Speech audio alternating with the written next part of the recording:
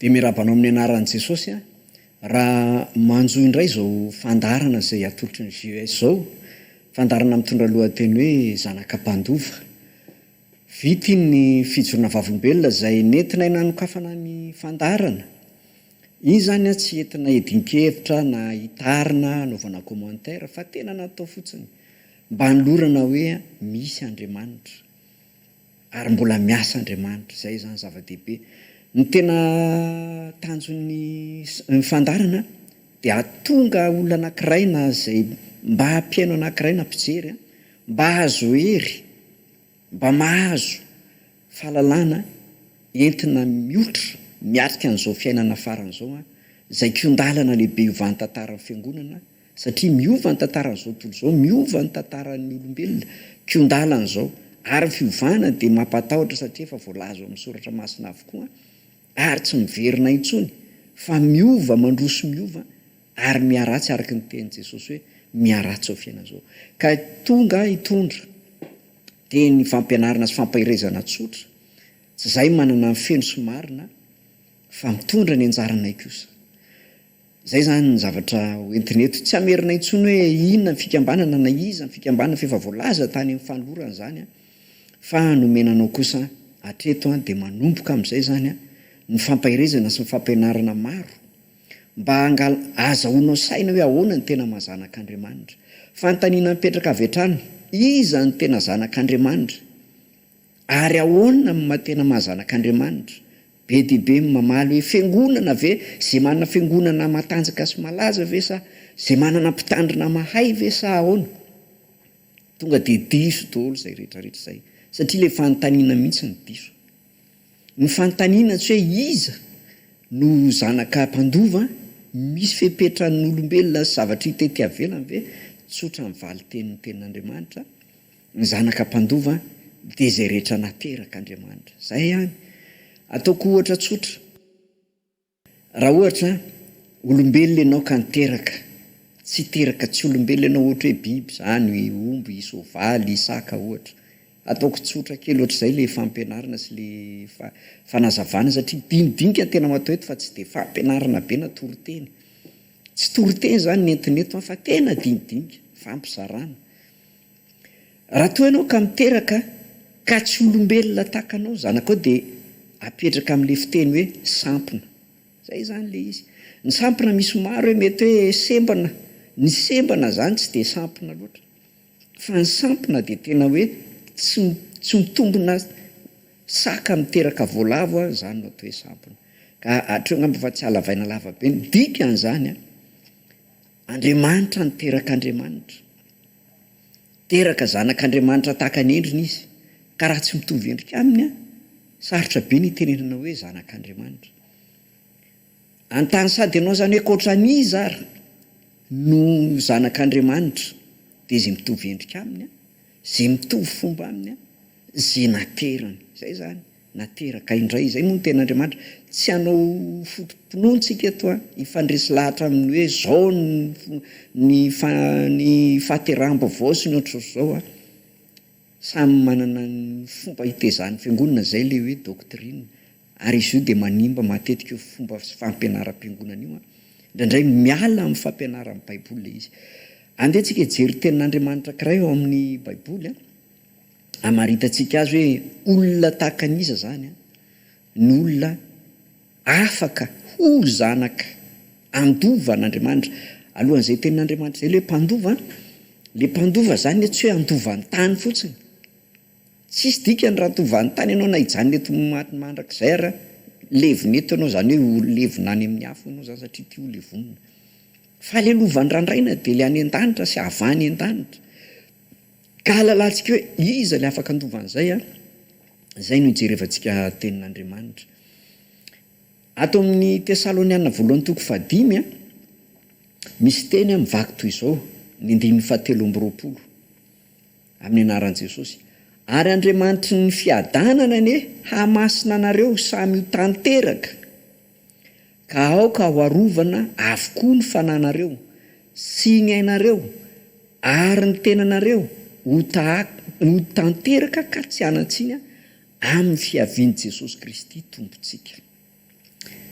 teny efa mazatra anao ary efa fantatrao io fa horesahako aminao hoe inona ny zavatra tian'Andriamanitra tenenina eto. Zavatra tian'Andriamanitra tenenina dia zao, tia ny tenin'Andriamanitra tenenina. Vatana sy endrika telo ny takino hamasinina eto. Samy ho tanteraka. Aoka ho arovana avokoa. Voalohany, ny ainareo. Ino io aina io? Io ve le aina hoe maty le hoe la vie amin'ny teny frantsay zany. Ny ainareo, ny fanahynareo, ny tenanareo misy vatana telo samihafa ary misy endrika telo samihafa. Ny fanahy antsoina amin'ny teny frantsay hoe esprit, na amin'ny teny anglisy hoe soul, spirit, azafady spirit. Ny aina eto dia le soul na le âme.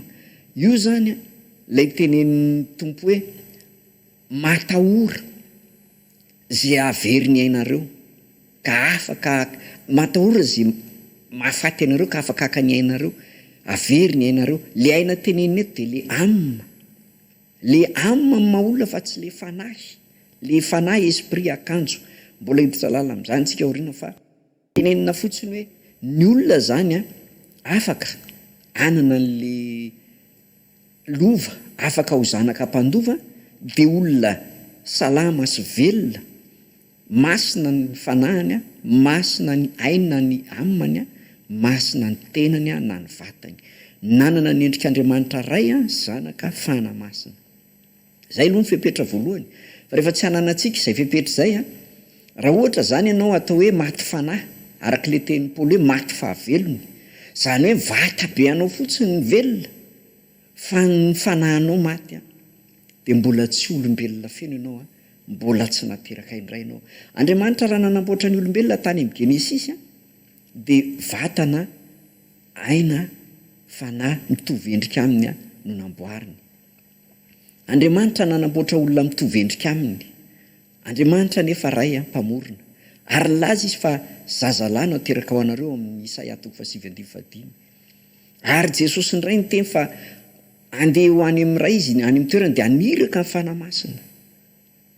Tsy hampianatra fotom-pinoana ho an'ny resaka eto fa hifampaherezana dia tsy hidirantsika ela be sy lalina fa ny zava-dehibe zany fitarihanao amin'izao voalohany izao dia izao. Raha tena ho zanak'Andriamanitra ianao dia ny tenanao feno, ny fanahinao, ny ainao ary ny tenanao, vatanao zany dia avaozina avokoa. Zay mahatonga antsika nateraka araka ny tenan'Andriamanitra hoe nateraka ny rano, nateraka avy any ambony. Mbola misy resaka lava be koa iresana an'izany fa mba tia fampieritrretana anao hoe ilay jolahy teo ambony hazo fijaliana, azo antoka fa tsy mpianatra Jesosy izy aloha fa jolahy. Ary teo izy vao nalalan'i Jesosy, nahita maso fa efa renga ampy Jesosy. Fa rehefa niteniko izy hoe mba tsarovy rehefa ny amin'ny fanjakanao anao dia Jesosy no naminao batisa nitsodrano azy tamin'ny teny tamin'ny vavany hoe anionionanao amiko any paradisa. Tsisy olombelona angamba na fiangonana na mpitandrina manam-pahaizana kahiteny fa tsy voavonjy iny lehilahy iny. Ary raha misy anova hoe tsy mbola teo ny sy ny sisa, doktrinina namboarin'ny olombelona daholo zany finjolahy iny natanteraka ny teny Jesosy hoe fanjolahy sy mpivarotena ny elolalana anareo ry tsara velatsy. Satria jolahy iny ny santatra voalohan'ny lanitra. Ka zany rehetrarehetra zany tena metrahany hoe tsy le fombafomba fampianaram-piangonana batisy sy ny sisa tsy ho resahako hoe satria tsy any ny resakitsika fa hampianatra anao sy hanoro anao, atonga anao zanaka mpandova.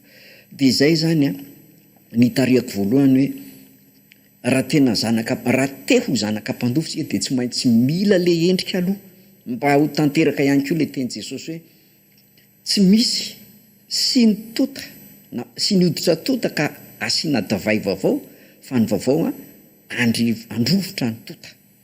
Zay zany zavatra tsara fantaritsika ihany koa zay. Efa rentsika zany dia ataoko ohatry ny fifanankalozan-kevitra mihitsy ny hitondrako ny resaka eto fa tsy tory-teny, tsy fampianaram-piangonana fa famelabelarana sy dinidinika mba handraisanao hevitra. Afaka mandinika anao dia afaka miady hevitra amin'ny tenanao anao dia mandray anao dia mba miteny fotsiny hoe sokafy alohan'ny Baiboly dia vakio tsara filazany tsara. Raha niainga tamin'le teny teo zao tsika hoe averiko indray le teny teo zany raha jerentsika ary Andriamanitra ary Andriamanitra ny fitiavana anie amasina anareo samy ho tanteraka ka aoka arovana avokoa misy fiarovana atao ao arovana satria rehefa resy tany an-danitra ny devoly tena latsaka tetỳ tany de nyrehare mihitsy Satana nakafanany Jesosy hoe tsy fantatrao va zao rehetrarehetra zao anazo sy ny fanjakany ka azoko mena zay tianao mena azy ka omeko anao raha mila fa zao omeko kely fotsiny anao nite mihitsy Satana fanazy ny tany sy ny fanjakana ary Jesosy koa mivavaka tao amin'ny Jaona toko fa 17:15 hoe raha eo za tsy mangataka aminao hoe sorety amin'izao tontolo zao izy ireo fa mba hirovana azy amin'ilay ratsy tiana tenenina zany etỳ tany mpandalovantsika fa ny devolony efa voasoritra sy efa tompon'ny tany ety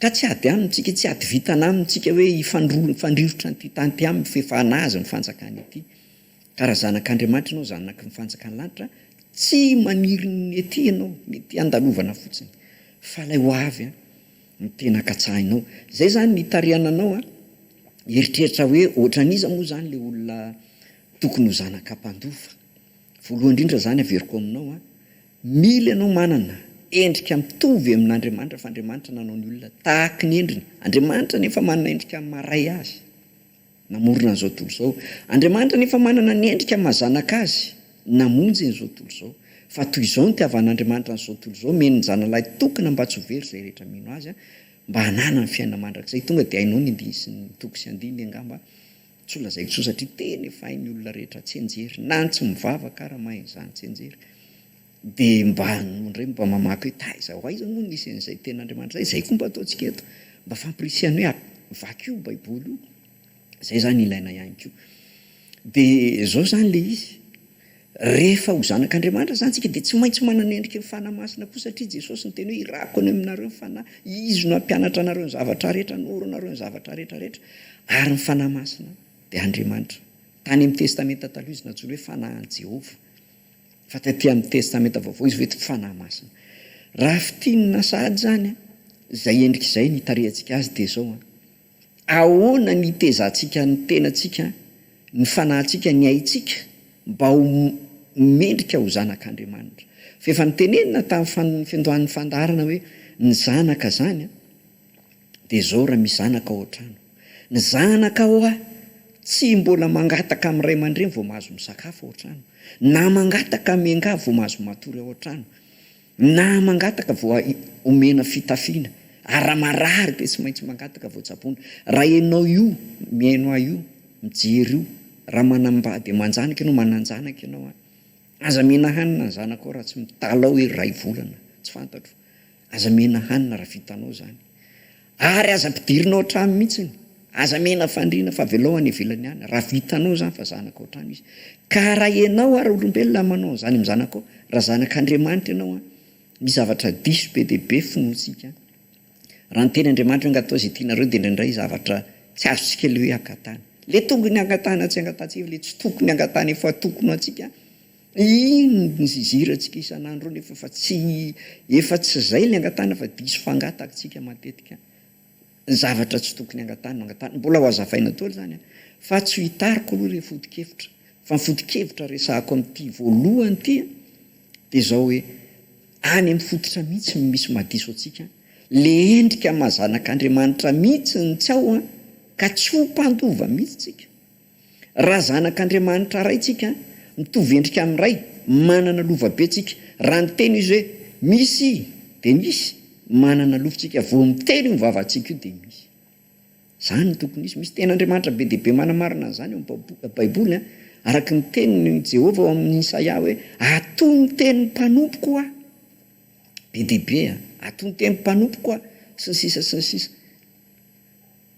zay zany zao anankiray afaka matoy ny tenin'ny mpanompony izy ary efa ny teny izy hoe raha mino anareo de ataovy ny asa nataoko ohatran'zao de diovo miboaka roainy demoni miteny ike zany mandroaka demoni zany fa tsy mitrombom-bavy de mandeha ny demoni ohatra tsotra kely ohatran'izany zany ezaka tsy atao sarotra be le fampianarana sy le fampizarana fa manjary sy manerina be lasa tsy azontsika le tena tanjona sy le tompontsoa lehibe.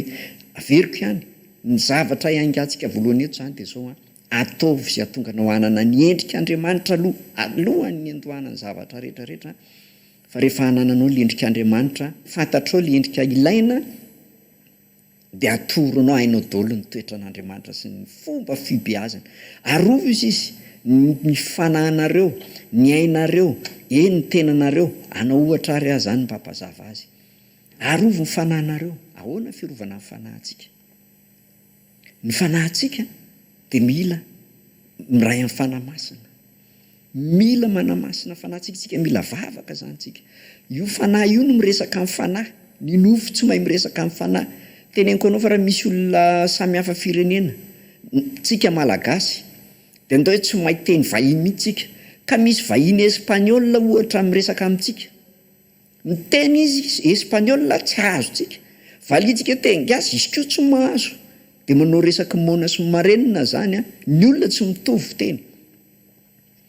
Inona tsy itovitsika? Andriamanitra miteny amin'ny fitenin'ny fanahy, langage spirituel.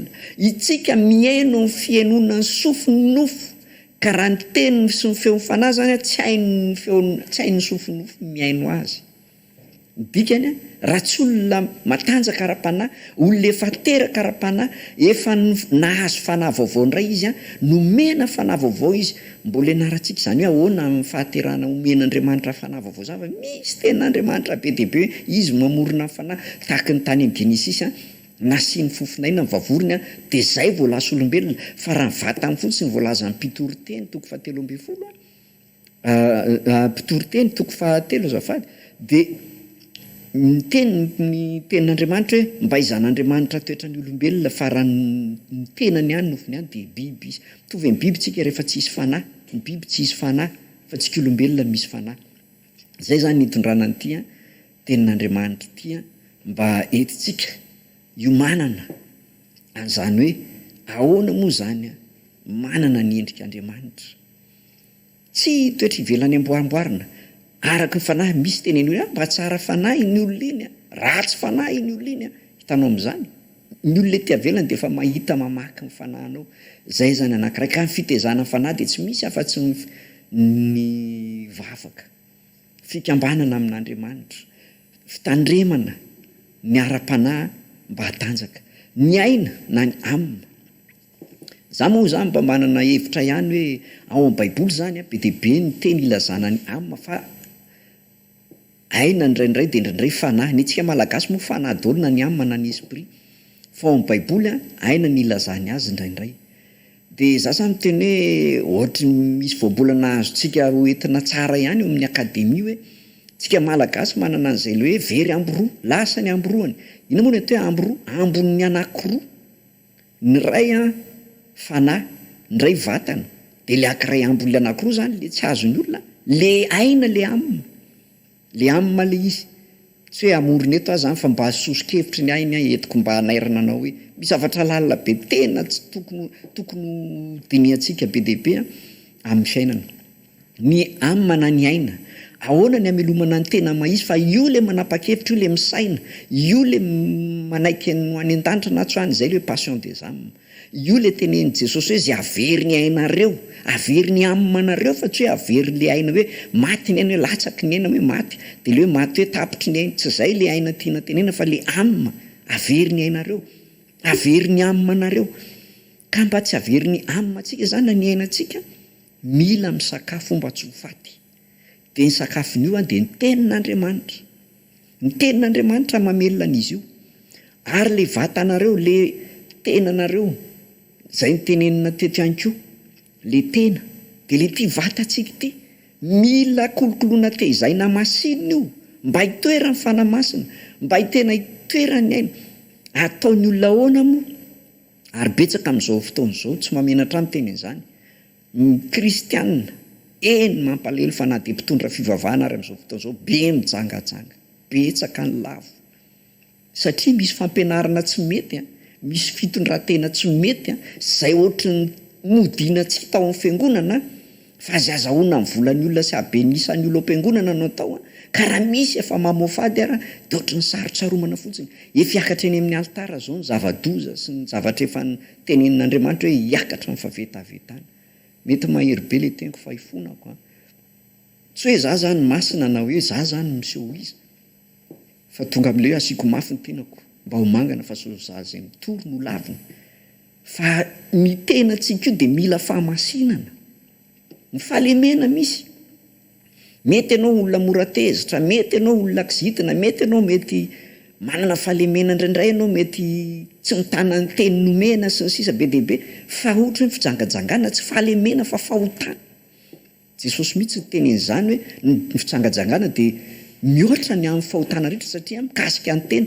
satria nofo ray ihany izy Jesosy ny name an'izay ohatra zay ny fahotana betsaka amin'ny fahotana ny teneniny eo fa io no tena mamatotra ny olona ka teny tsotra zany ny am'tianako sy amaranako sady satria ho zarazaraina maromaro le fampianarana mba tsy ho lava de ny loha hevitra ny raisitsika tamin'ity zany de hoe ny endrika mahazanak'Andriamanitra aloha ny tanjona rehefa manana ny endrika ianao de ho alehibe azitsika ho be azitsika le endrika le fana endriky ny fanamasina le aina endrika ny Jehovah ray ary lay vatana endriky Jesosy Kristy tonga nofoka niara-nonina tamintsika tety ambony tany araka voalaza ny filazantsara ny Jaona toko voalohany andininy 7:12 hoe ary izy de tonga nofoka niara-nonina tamintsika ary hitanay vonany de latokana any zanak'Andriamanitra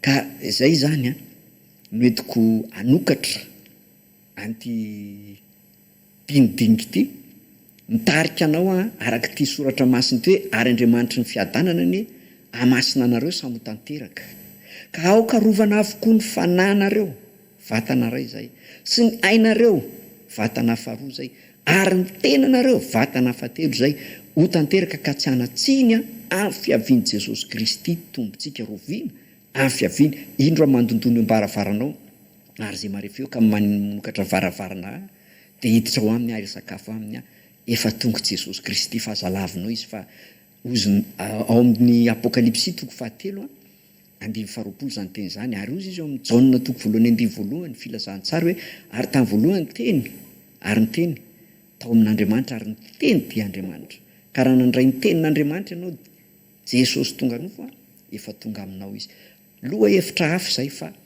mba iresako aminao fotsiny fa manana endrika telo ianao zay tovy amin'Andriamanitra feno Andriamanitra amaray azy Andriamanitra amazanaka azy betsaka mandany Kristy tso Andriamanitra nefa Jesosy ny teny hoe zaho sy ny ray ihany ary ny ray koa efa ny teny hoe aniraka azy alohan'ny atongavako any ary za izy ato anatiko Andriamanitra nanapirofo fa zanany Jesosy zazalahy no teraka ho anareo ary Jesosy nanapirofo fa izy ny ray ihany ary Jesosy koa naniraka ny fanamasina ary fanahin Jehovah nefa ny tenany ihany raha ianao zao manana ny fanahinao ianao ny fanahinao sy ianao ray ihany ny vatanao sy ny fanahinao anao ihany ny ainao ny amanao anao ihany io vatanao io rehefa zanak'Andriamanitra ianao tsy mananjo ampiasan'io amin'ny sitraponao ntsony ianao ary indrindrandrindra tsy mamelan'io ampiasain'ny Satana fa mifakapanahy be dehibe amandrean'ny Satana io filain'ny Satana io vatanao io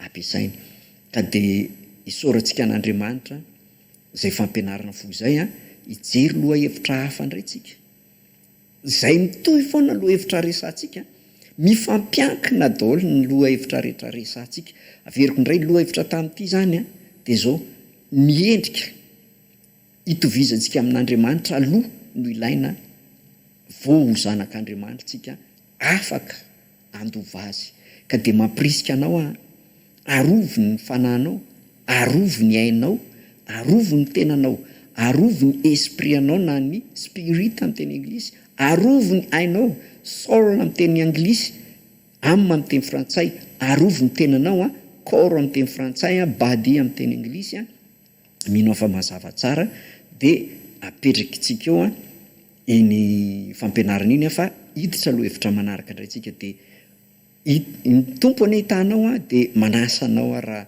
nalinanao le fifampizarana mba hahitanao nytoyany a ahitanao hoe ahoana ary ny lalana inona ary ny hevitra